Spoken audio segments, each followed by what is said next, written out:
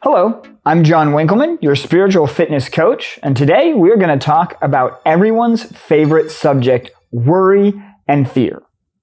Okay, that may not be everyone's favorite subject, but it is part of life, and we need to know how to face it.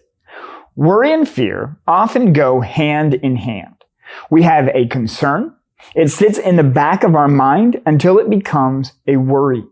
And the more we obsess over it, that worry grows into a fear. We see this happen with the disciples of Jesus. They wanted a conquering deliverer. Jesus said he would be betrayed and killed. They were concerned that what they wanted would never happen. That concern turned into worry, which then grew into fear. The result for Peter was that in the garden, when Jesus was being arrested, he acted in a way that led to harm. He cut off the servant of the high priest's ear. This is how Jesus responded. Look with me at Matthew chapter 26, verses 52 to 54. Then Jesus said to him, "Put your sword back into its place, for all who take the sword will perish by the sword. Do you think that I cannot appeal to my Father, and he will at once send me more than 12 legions of angels? But how then should the scriptures be fulfilled that it must be so?" What Peter needed to realize was that God had everything under control. And we need this same lesson. Let me illustrate this with a balloon.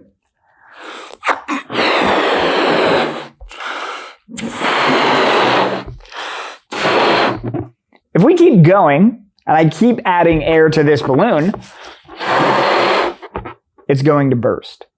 If we keep worrying, and we allow that worry to grow into a fear, we are going to express that in unhealthy ways. So how do we deal with this? Well, we have to let some of the pressure out. Now with a balloon, that's easy. When it comes to our stress levels, it's a lot more difficult. But let me give you just a couple ideas. Number one, prayer.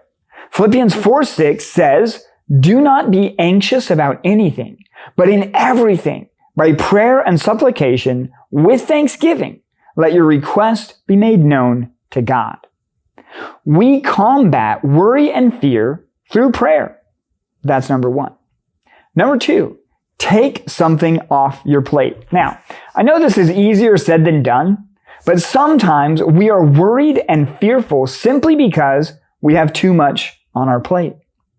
Number three, know and trust the plan and purpose of God. Faith is the antidote to fear. Our faith is informed by Scripture. Worry and fear come because we don't know what the future holds.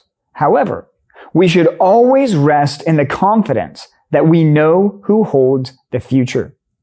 The reality is that we do know the ultimate future. Selfishly, we want to know our future.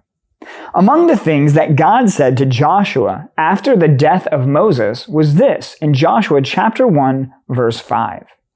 "No man shall be able to stand before you all the days of your life.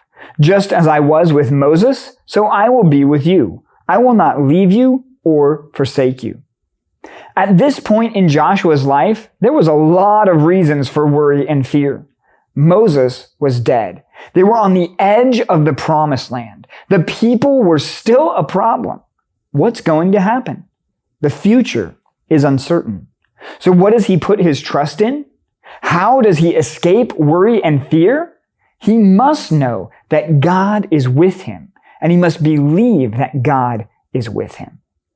Jesus told Peter he could easily handle the situation. No matter what your situation, God can handle it. God told Joshua that he would always be with him. No matter what you are facing, God is with you. Do battle against worry and fear through prayer and trusting that God has everything under control.